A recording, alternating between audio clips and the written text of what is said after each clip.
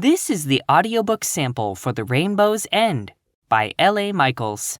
This is my 49th audiobook, and it was released on June 24th, 2022. This story follows two separate storylines: the life of a gay woman in the 60s and the life of a gay man in the late 2010s. Both plots have a few similarities, but for the most part they don't really connect to each other in any meaningful ways until the end of the book. This book contains a lot of heavy-handed romantic drama, comparable to a soap opera, such as characters dramatically revealing their feelings during explosive moments and harboring deep grudges, and the like. But I don't consider this a bad thing. It really comes down to your preference. Direct and forceful drama like this book revolves around can provide a sense of continuity between chapters and help you to invest in a character without having to critically analyze their every move and pay attention to every subtlety. There was certainly a market for romantic drama done in this fashion, and there are many fans of this style. I myself fall somewhere in the middle. I like getting to know characters and learn about their motivations over a slow burn type narrative. But I am also not averse to over-the-top dramatic situations exploding in people's faces, because the entertainment value can really reach the ceiling. Simplicity done well can lead to favorable outcomes. When it comes to a book like this, if you go along for the ride, you'll likely enjoy it more than if you try to overanalyze it.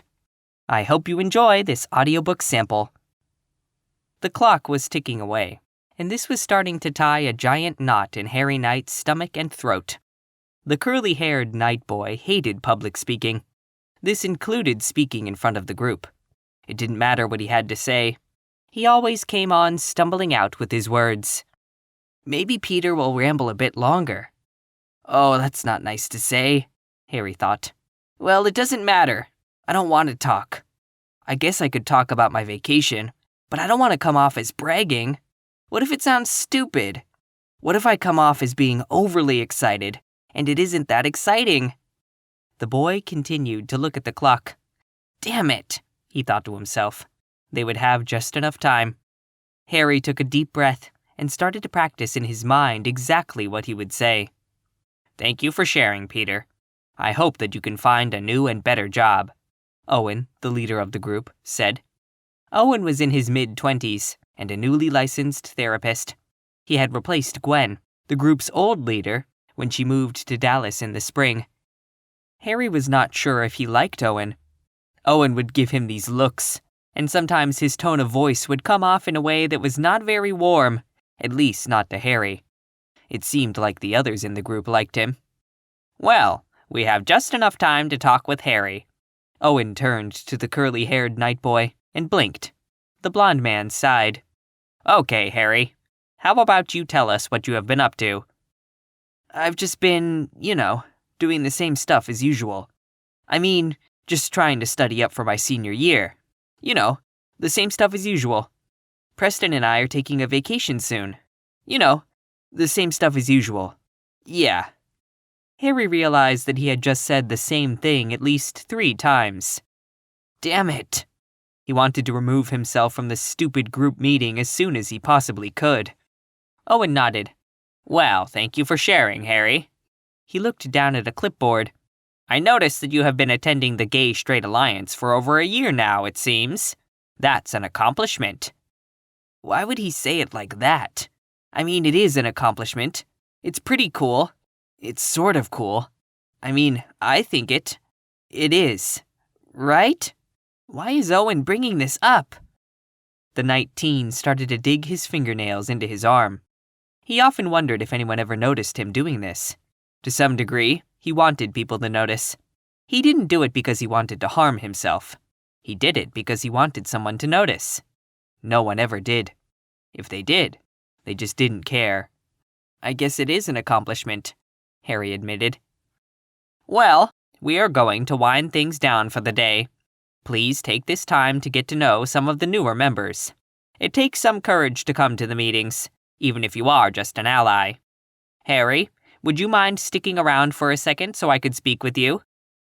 Owen sat up, and this signaled everyone else to break from the circle. Harry really didn't want to meet with Owen, especially with people around. He didn't understand why Owen would single him out to talk with him like this in front of everyone else. It was kind of a jerk move. At least Harry thought so. "You wanted to talk," Harry stated, not asked, in his usual monotone voice. The counselor smiled at him. "I just wanted to congratulate you again on coming to the meetings for over a year. I also wanted to point out that your agreement to the organization ended 6 months ago." What the hell was that supposed to mean? Harry asked himself. Well, he did know. It was during the court proceedings that Harry had agreed to go to some form of LGBTQ counseling. It was at the judge's request, because she felt he needed more confidence in order to keep him away from the occurrence that landed him in court in the first place. "Well, I mean, if you don't want me to come around anymore, I don't know what you mean," Harry admitted. Owen gave him a smile that came off as being fake. "Well, it's just you don't come off as wanting to be here. Gwen had mentioned you could come off as standoffish as well. I just don't want you to be somewhere that you don't feel comfortable." It might have come off as a kind gesture, but what Harry got from this conversation was that Owen didn't like him, or his ideas. Oh well, big deal. Harry really wasn't that fond of Owen himself. This just confirmed it for Harry. "Well, no. I enjoy coming to the meetings. I'll be back after my trip this coming weekend." A link to purchase The Rainbow's End is in the description. This title was a pay-for-hour production, so I do not make money from any purchases. Thanks for listening.